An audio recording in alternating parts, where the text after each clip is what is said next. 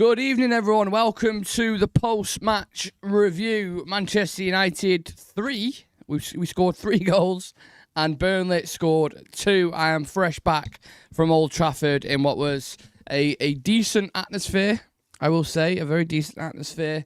Very mixed at times because you kind of expected Burnley to kind of get back into it. And that's exactly what happened. Some defensive lapses in concentration that we're seeing again. Certain individuals who I just don't think are good enough for this club. But the main thing coming out of that, especially before an international break, is to win the game.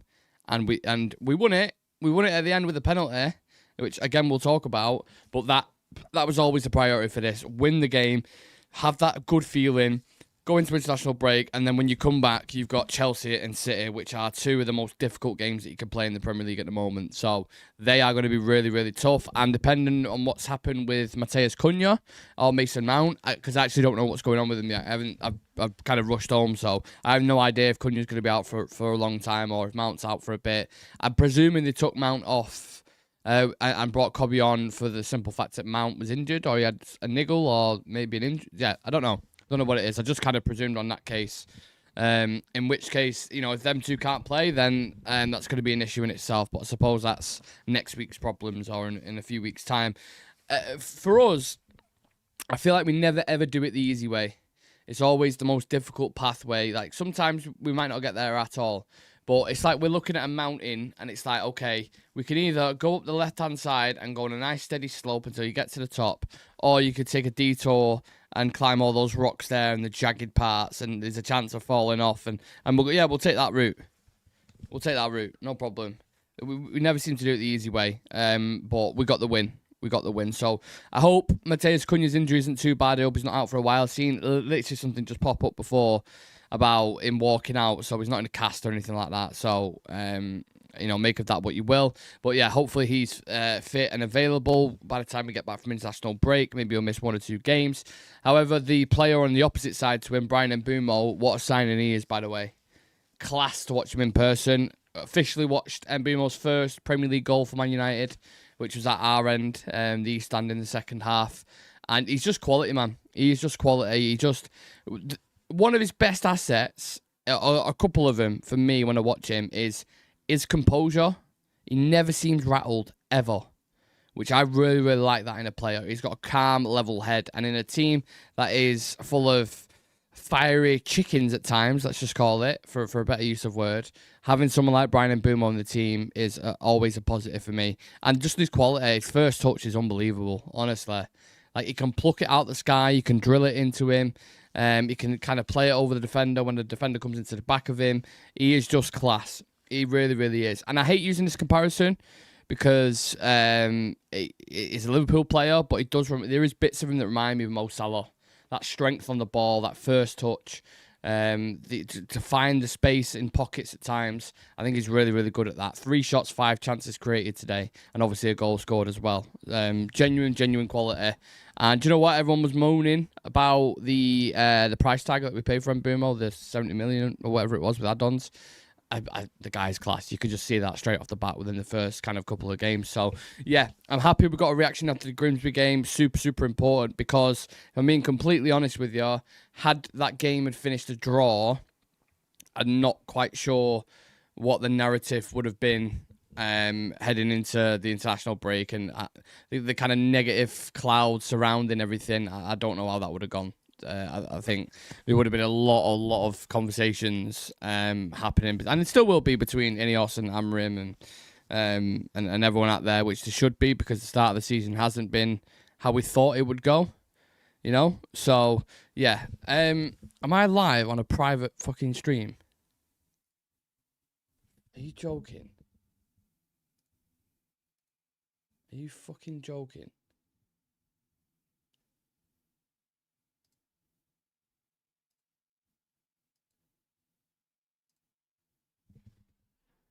Right.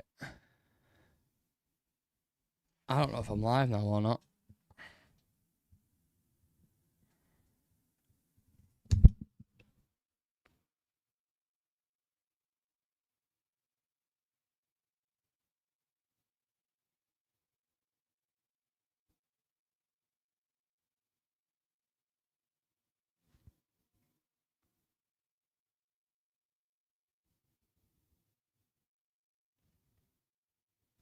Right, if I'm live now, I swear to God.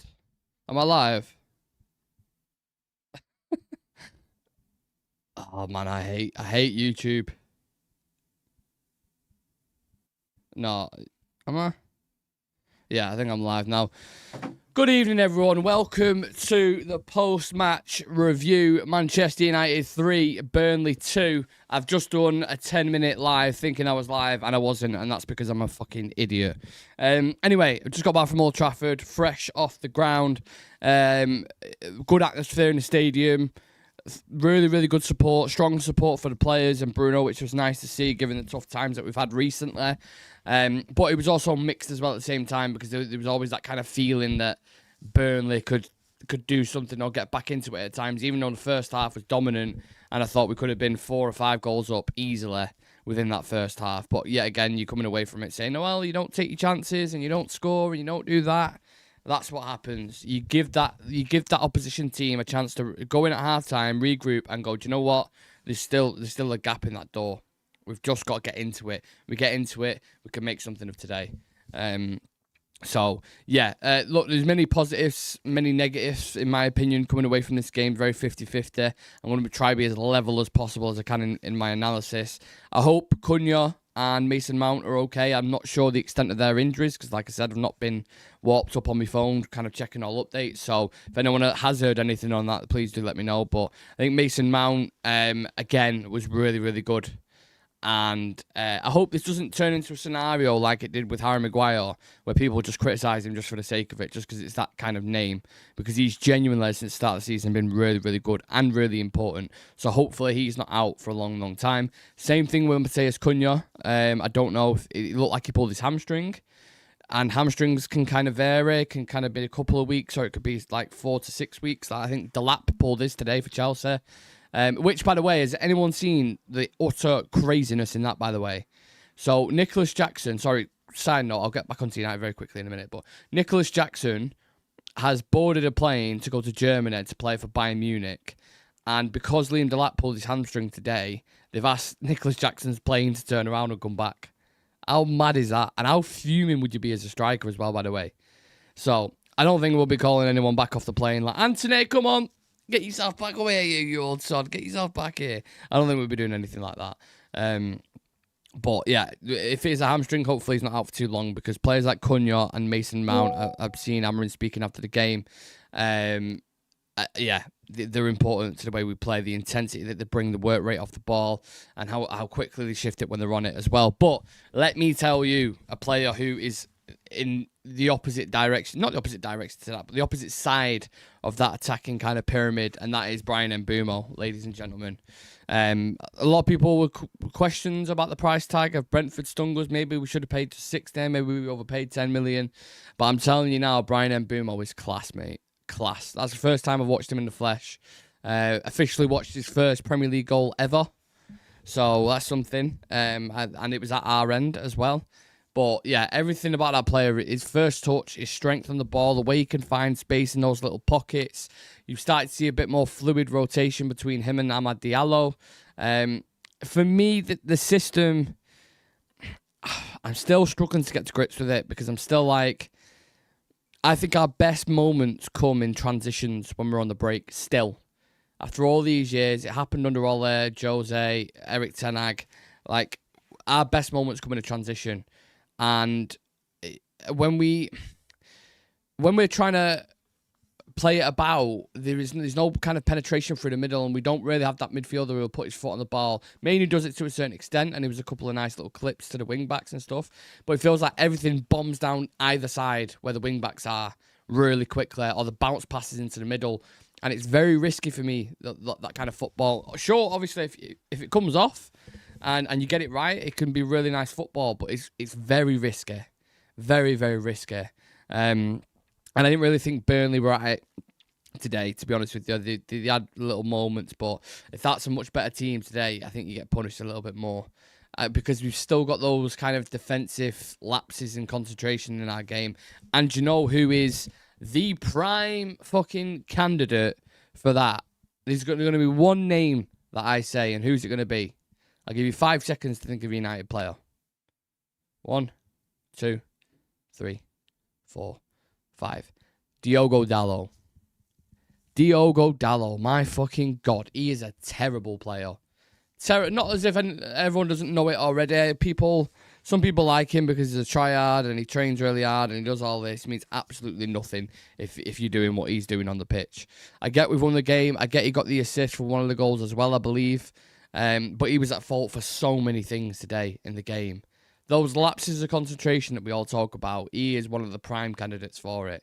His first touch at times, his passes just going out for throw-ins, he's not the level. And why he's still at this club going into his prime and probably going to be a primary option for us or play a lot of games this season, probably 30 to 40 games, that's an indictment on the team, him playing. Like, he wouldn't get nowhere near any top team in Europe. Nowhere near it. He's absolutely crap. So, yeah, I was really unimpressed with his performance. Thought he was terrible. The reaction as a team in general was fine. You wanted him to bounce back. You want to get a win before the international break. The last thing you want to do is lose to Burnley, fucking hell, with 2 weeks. Like, there'd be all sorts of questions and the media would have jumped on it. So, very important for Ruben Amorim to get a reaction after the Grimsby loss. And the fans demanded it as well. We all wanted a statement performance. I thought the first 45 minutes, we absolutely dominated them. But yet again, we're coming away from it saying, they've not taken the chances. You know? So how many games are we going to have that way? Like, we did dominate them, but we didn't score. So you just didn't do the most important thing in the game, scoring goals. Started really sharp in the first half. And then I thought, as soon as the second half started, you allowed Burnley to get physical. You allowed Burnley to grow into the game. And then it became really 50-50 then. Burnley was just going route one, long ball, straight into players, getting flick-ons. And we allowed them. And this has been one of my biggest criticisms of this United team. They can have a great 45 minutes. And again, this was the similar traits that we saw under Ole. First half, you'd be fucking amazing. And second half, you're like, oh, shit.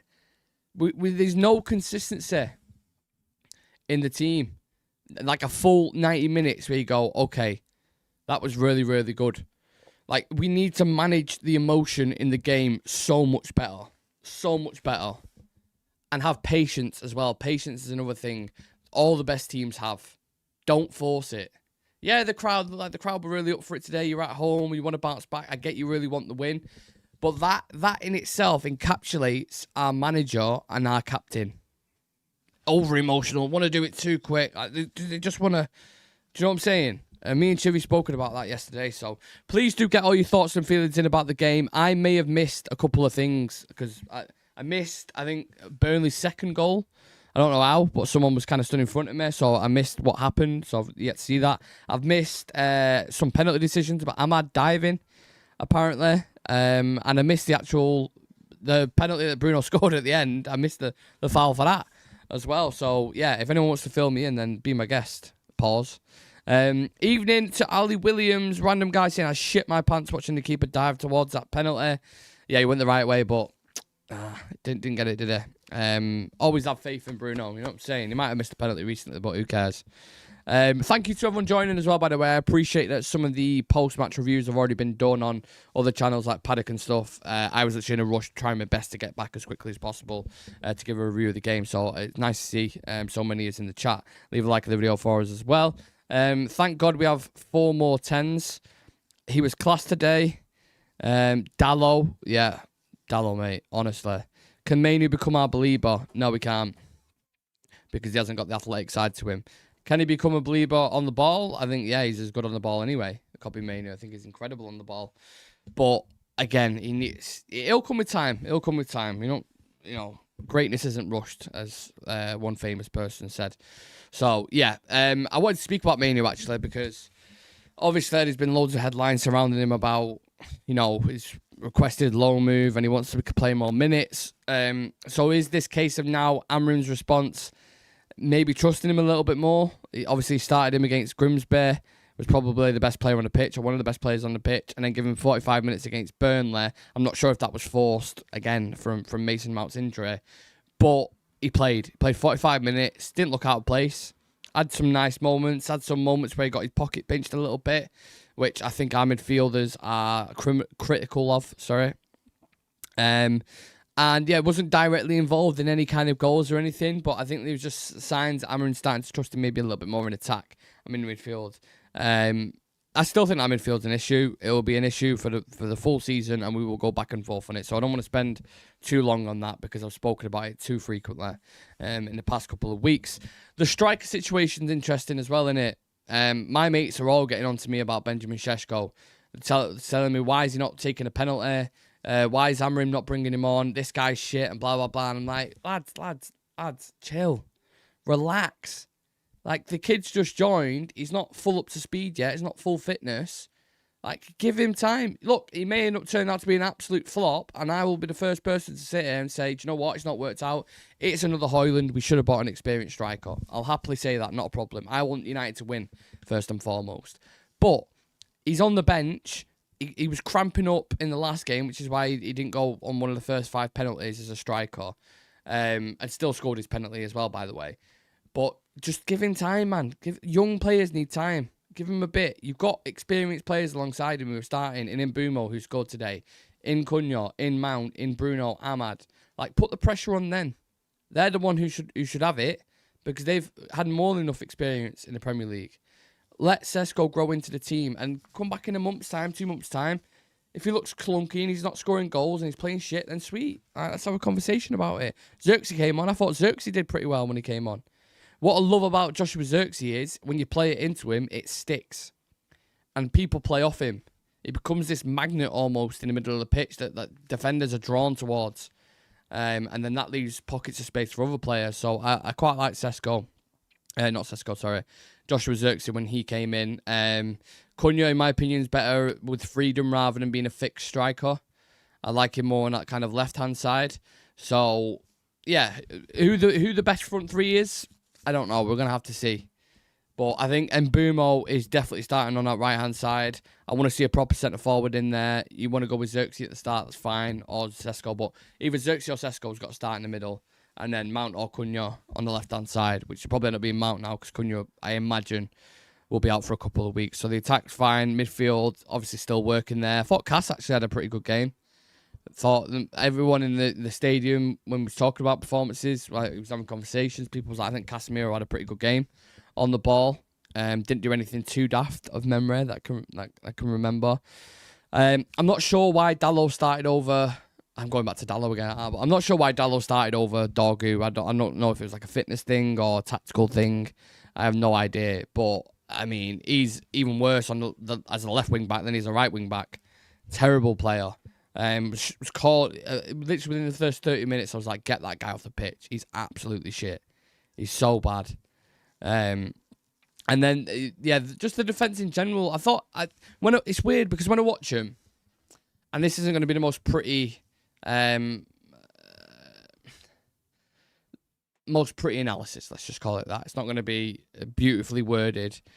When I watch the back three, I think they're all competent and good in Yoro, De Ligt and Shaw. But again, I'm going to have to go back and watch the goals. There's just something there that there's still a bit of vulnerability there. An air of vulnerability. Do you know what I'm saying when I say that? Just that they can still be got at certain times. Like, I feel like you need a big leader, like a big centre-back who has a presence in that back line. Like, De Ligt did fine. De Ligt did really, really well. But someone in there who's just guiding him properly, like, it still feels like he's a little bit disconnected. And Luke Shaw should be that guy because he's been at the club for 10 years and he's a super experienced player. But, yeah, I can't do too much analysis on the defenders because I need to go back and watch the goals. But we can still be got at, especially set pieces. Set corners, free kicks, whatever it is, we are still extremely vulnerable on that. And that, ladies and gentlemen, is where the goalkeeper concerns come into it as well. I hope we sign Le Mans. I'm not sure how good he is as a goalkeeper. I can only literally look at data.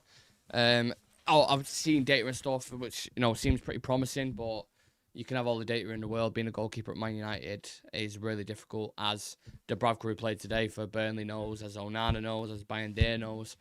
It's a really, really tough, difficult position to play. So even though if you get Le Mans in, it might not be a quick fix. He might fail. He might not be able to cope with the pressure. So it's a concern.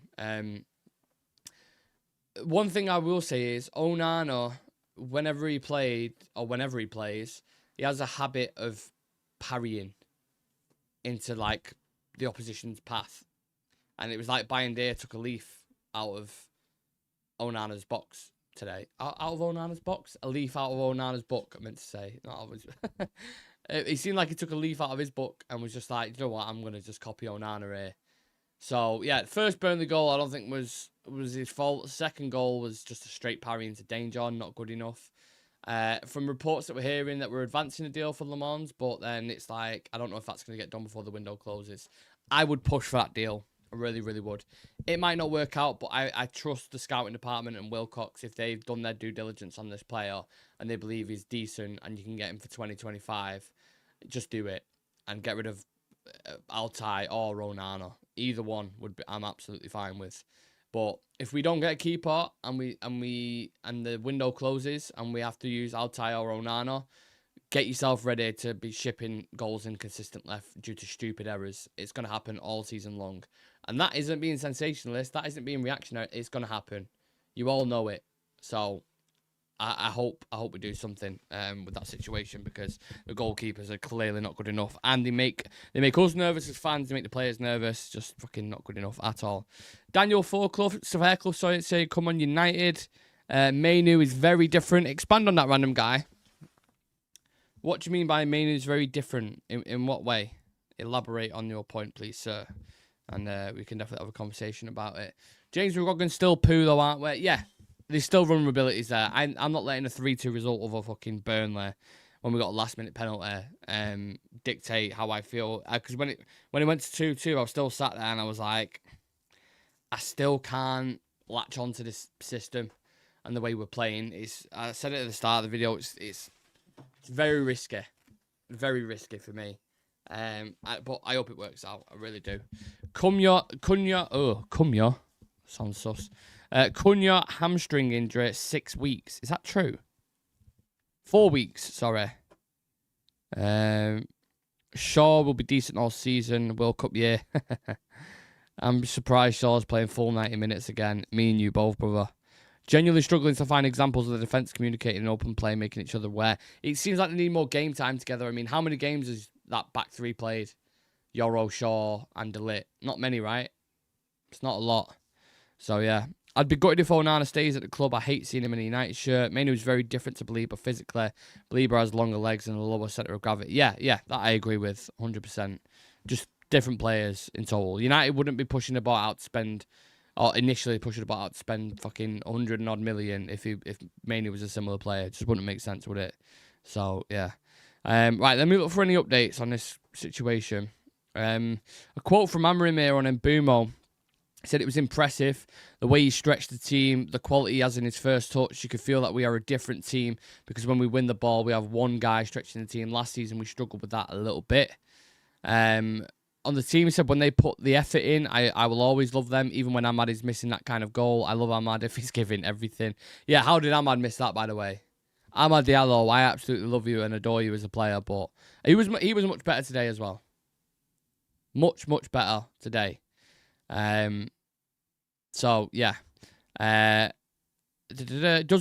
saying he doesn't know the injury status of Cunha and Mount, but United team need him really bad. Need them two players in particular to be competitive. Cunha walks out of Old Trafford as normal. Yeah, so I don't know. I wouldn't. Whoever put that in the chat before, I wouldn't take that as concrete evidence. We'll just have to wait and see. We have also had news as well, by the way, coincidentally, whilst we're live, that Garnacho's deal has been made official. He joins Chelsea from Man United on a 7-year contract, 40 million plus 10% sell-on clause. Man United say they thank Alejandro Garnacho for his contribution on social media. Oh, no, they didn't say that. They thank Alejandro Garnacho for his contribution and wish him the best of luck for the next chapter in his career. I hope he absolutely flops at Chelsea. Literally don't care what happens in his career. I think he's a cheeky bastard who took this club for granted. So, yeah, take that. Take those apples. On Amarini said, you can compare Wednesday, not about playing well, the sound of the fans when we were pressing. You sprint to get a corner or throw in. It's nothing to do with tactical, technical aspects. I just need to watch sometimes first minutes to understand the mindset of the team. On Šeško, he said he finished the game with cramps, really on the limit. That's why we protect Ben from the penalties. Today, that reason also, I was thinking Ben pre-season didn't do 90 minutes. He did that on Wednesday. So, yeah, look, I'd expect none of the fans to get overzealous in this and kind of take this like we beat Burnley, so we're finally going to compete near the top of the league. We are in the top half of the table, I believe, as well, aren't we? A couple of interesting results today as well, weren't they, people? Let's dive into them, shall we, a little bit? Because we are 9th, is that correct? We are 9th in the table, 4 points. With Nottingham Forest, Leeds, Man City. Oh, Man City play tomorrow, don't they? That's what I was going to say then. Bloody hell. Let's have a look at the matches. Some interesting results today. How narratives can flip, eh? Chelsea beat Fulham 2-0, but there was a couple of interesting fucking... I feel like teletext. It was a couple of interesting decisions in that. Marco Silva was not a happy bunny, let me tell you. Everton won again. Jack Grealish and their new signings, Kieran Dewsbury, all doing really well again. Yeah, Grealish is going to be one for FPL, to be honest with you. Tottenham lost 1-0 to Bournemouth. 1-0 to Bournemouth. Bournemouth had 19 shots, 6 on target. They absolutely peppered him. So, yeah, that's interesting. A little slip from Thomas Frank there. And I'm not talking a nip slip. Although, if he did have a nip slip, I feel like Thomas Frank would have really like... You know, like Chicago Town pizzas? Do you know, like the small pepperonis that you get on the pizzas? I feel like he'd have nipples like that. Don't ask me why. I've got no logical reasoning to it, but yeah, Sunderland beating Brentford. I think Sunderland might stay up, honestly. And we've got Leeds against Newcastle at the minute, which is in the 66th minute, and it's still 0-0. So this is the Premier League for you, man. You genuinely don't know what's going to happen, and you've got Brighton and City tomorrow. Brighton, who knows? Brighton could do a job on City tomorrow. Forest and West Ham, I think Forest smashed them. Liverpool and Arsenal is going to be interesting, and then Villa and Palace as well. You genuinely don't know who's going to win that. So yeah, it's been a bit of a mad weekend, hasn't it? Doesn't take a lot to open your gob, though, Nick, to make your mate aware of danger. Dan saying we will be opening a donation for Nick's season ticket if you want to see United play better. That, by the way, is in relation to every time I've gone to a game we've won. I think the last 8 games I've been to. 8 games, is that right? I haven't watched much of Ruben Amorim's team because just the way the channels fell and stuff, I've not been able to really. But yeah, I can't remember the last time we lost. I went to a game, so I might have to start going to more games. That's what Dan's alluding to. Top half of the table, it's been a while. It certainly has. Dizzying heights. Tiger UK saying Spurs had a Spursy result. Gutted I put 3. Yeah, I had Van der Ven and I had Vicario in net. And they did fuck all. And I got Kudus in as well. It's just my luck in FPL, honestly. I've had a stinking start. Really, really bad start. Unhappy. We're staying up. Good time for an international break. Big up Shreyas as well, who's in the chat, who did the pre-match build-up for us whilst he was at the game. Really, really appreciate that. I don't know if any of you guys who are currently in it tuned into it, but I'd imagine it would have been top. 2 more wins and we'll be challenging for the top 4. Well, I'm sure you lot have seen our next games, haven't you? And it is tricky, let me tell you. So, when we get back off the international break, people, we play Man City at the Etihad. We play Chelsea at Old Trafford. And then we play Brentford, Sunderland, okay? And then Liverpool, Brighton, Forest, and Tottenham, and 3 of them games are away. November, end of October, start of November is a tricky period for us. But yeah, maybe they say when you look into the future too much, you breed anxiety. So I'll, yeah, the international break as well. Fuck, I hate international breaks. Who is asked unless it's a tournament, genuinely, unless it's the Euros or a World Cup? No one's even asked about a Nations League. No one's asked about friendlies. Like, how have we got an international break already? We played 3 fucking games. 3 games we played in the league. I'm talking about. Obviously, we played Grimsby as well, and we're already got fly off there and do that. You're like, fucking hell. And then what happens when you get back from international break? It's like, oh well, you know, the players is a little bit sloppy. They need a bit of rhythm in the game, and they're like, oh, that's great. That's exactly what we want when we're playing fucking City at the Etihad. My God, honestly, it wouldn't surprise me if we beat City. It wouldn't. Hit them on the transition with Uran Bumos and Cunha's if he's fit, Sheshko's and Bruno's and Ahmad's. They probably will end up beating them.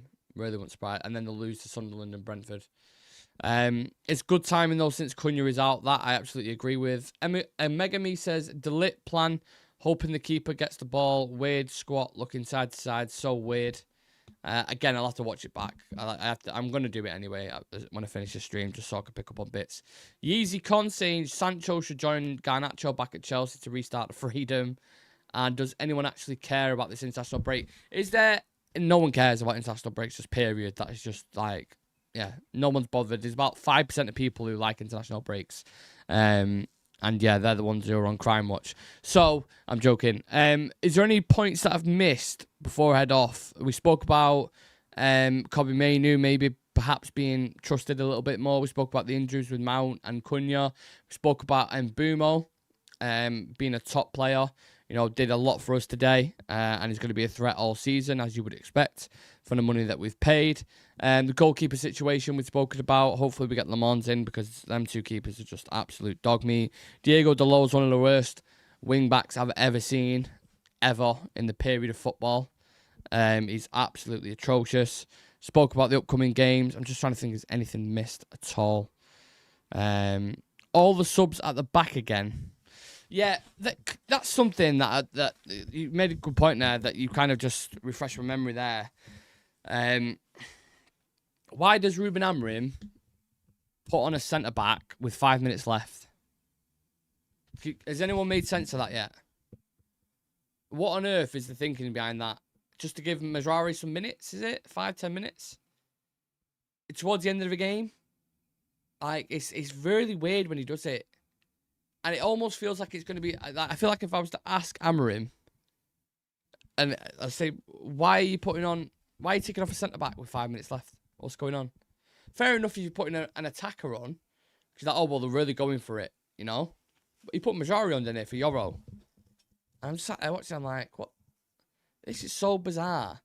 I feel like you almost jeopardise yourself a little bit more by making the backline shaky in the last 5-10 minutes. Bringing on a fresh player in that area. It's weird to me. I don't get it. I might be absolutely wrong, but I don't get it at all. Sesko should start against City. It's really odd, Nick. Like, what the fuck? Fantastic interview on Granada reports. Could be to push more into the midfield with someone like Maz. I guess because Maz roamed forward. Yeah, maybe it is, but I mean, let's be honest. This isn't the only sub that he's done with the last 10 minutes with centre backs. He's done it so many times before, and it's almost like he's throwing the players a bone just to say, "Well, I'll give you 10 minutes against Burnley, or you've had 15 minutes against them. You can't see you've not played in the." I don't know what it is. Really don't. I mean, look, it's not the be all and end all. It is what it is, but it's just some of Ruben Amorim's decisions just baffle me sometimes. I don't know why Dorgu didn't play. Genuinely didn't, especially after the 45 minutes that Dalot had. Sorry, I know I keep coming back to this, but how he was still on the pitch after 45, I was fucking pulling my hair out watching him. Genuinely. I don't know if it came across the same way on the TV, but oh my goodness me. He is crap. Get him sold. Why is he never a conversation around that?